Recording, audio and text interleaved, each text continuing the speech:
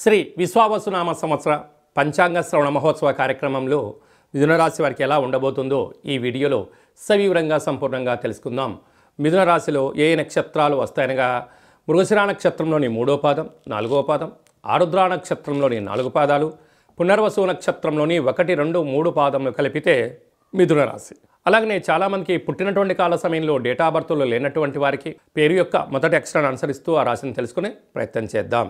కా, కీ, కు, ఖం, అజ్ఞ, చ, కే, కో, హ అక్షరాల వారందరూ మిథున రాశి జాతకులే.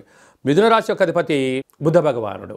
ఈ సంవత్సరం రాజు రవి అయితే అనేక రకాలమైన కీలకమైన పదులన్నీ కూడా బుధుడి యొక్క చేతుల్లో ఉన్నాయి.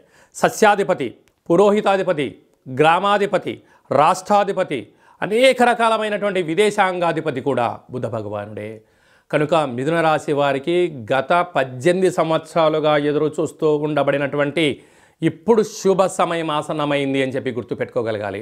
12 ఏళ్ల తర్వాత దేవగురు బృహస్పతి రాశిలోకి రావడం, 18 సంవత్సరాల తర్వాత కేతు భగవానుడు 3వ స్థానంలోకి రావడం, 18 సంవత్సరాల తర్వాత రాహు భగవానుడు 9వ స్థానంలో సంచారం చేయడం, 30 సంవత్సరాల తర్వాత శని భగవానుడు మీనరాశిలో సంచారం చేయడం అనేటువంటిగా ఇవంతనూ ఓవరాల్గా చూసినట్లయితే మిథున రాశి వారి ఆలోచనకు, మిథున రాశి వారి యొక్క హార్డ్ వర్క్కు, మిథున రాశి వారి యొక్క సమయస్ఫూర్తికి కోట్లు సంపాదించబోతున్నారు. వీరి యొక్క ఆదాయ వ్యయాలు కూడా అలాగనే ఉన్నాయి. ఒక్కసారి మనం గమనించినట్లయితే ఆదాయం 14, వ్యయం 2. చూడండి, 14 రూపాయలు సంపాదిస్తే కేవలం 2 రూపాయలు మాత్రమే ఖర్చు అవ్వబోతున్నాయి, 12 రూపాయలు మిగిలించబోతున్నారు. కనుక 12 రూపాయలతో స్థిరాస్తులు, చరాస్తులు, షేర్లు, బంగ్లాలు, విల్లాలు, రాబోయే 7 తరాలకు సరిపడినంత ధనం సంపాదించే సమయం ఆసన్నమైందని చెప్పి మిథున రాశి వారు గుర్తుపెట్టుకోగలగాలి.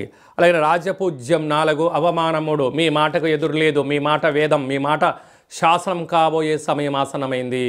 కనుక ఇలాంటి కాల సమయంలో చేతి వృత్తుల వారు, మార్కెటింగ్ రంగంలో ఉండబడిన వారు, వ్యవసాయ సోదరీమణులు, గృహ భవన నిర్మాణ కార్యక్రమాన్ని ఆచరింపజేసేవారు, వస్త్ర వ్యాపారాలు, అలాగనే బార్డర్, మిలిటరీ, నేవీ, విశేషమైన ఆర్కిటెక్ట్స్, బిల్డింగ్స్ నిర్మాణం చేసేటువంటి వారు, నిర్మాణ రంగము, వ్యవసాయ రంగము, ఎక్స్పోర్ట్స్ అండ్ ఇంపోర్ట్స్ బిజినెస్ చేసేటువంటి వారు, షేర్ల బిజినెస్లో నడిపించే వారందరికీ కూడా వీలైనంత వరకు, అంటే అధికస్య అధిక ఫలిత అంటారు. అంటే ఏదైనా మనం ఒక పని చేసినప్పుడు మౌనం, ధ్యానం, ఏకాగ్రత, అంటే ఎదిగే కొద్దీ వీలైనంత వరకు మౌనంగా ఉండి తీరాలి. ఏ విషయాన్ని కూడా వెంటనే స్పందించవద్దు. వీలైనంత వరకు ప్రతి విషయాన్ని కూడా మీరు వీలైతే ప్రతిరోజులో 1 గంట 2 గంటలు కానీ మౌనానికి కేటాయించండి. చూడండి, ఈ మధ్యకాలంలో మనకు ఫోన్లు వచ్చాయి, వాట్సాప్ వచ్చాయి, టీవీలు వచ్చాయి, ఎన్నో రకాలుగా వచ్చాయి. కానీ ఒక వ్యక్తి మౌనంగా ఉండలేని పరిస్థితి ఉంటుంది. ఇవన్నీ కోట్లు సంపాదించగలగాలి. సంపాదించడం ఒకవైపు అయితే వాటిని నిలబెట్టుకొని స్థిరచరాస్తులుగా మార్చుకొని నీవు నీ కుటుంబ తరాలు 7 తరాలు అనుభవించగలగాలనే మేనేజ్మెంట్ అనేది చాలా గొప్ప విషయం.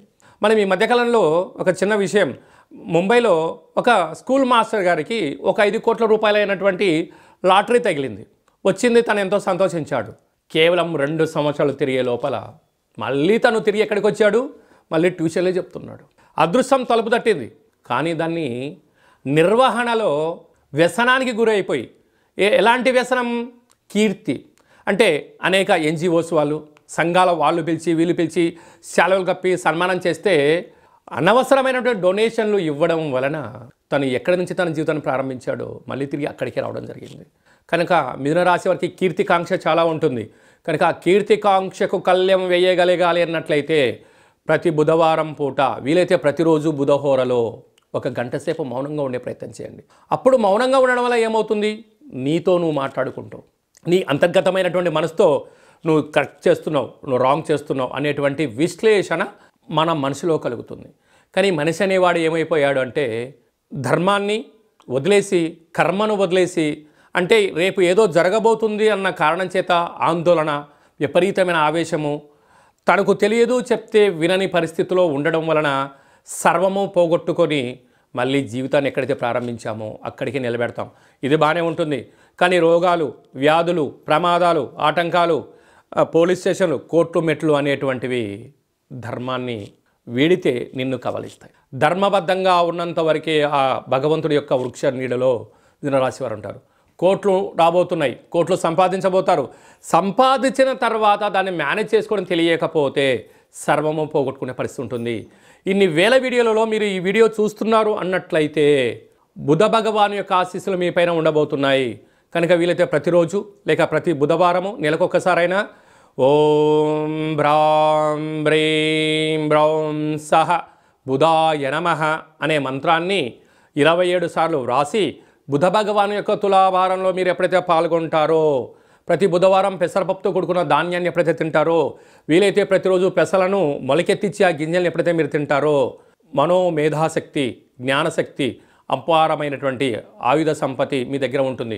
బుధ భగవానుడు నన్ను స్మరిస్తే చాలు నేను నిన్ను దీవిస్తాను అని సిద్ధంగా ఉన్నాడు. కనుక స్మరించడం, ధ్యానించడం మానవుని యొక్క ధర్మం. ఆశీర్వదించడం, అపార కుబేర బుద్ధి జ్ఞానం కలిగినటువంటి ఆశీర్వదించడం బుధ భగవాను ఆశీస్సులు అని చెప్పి గమనించాలి.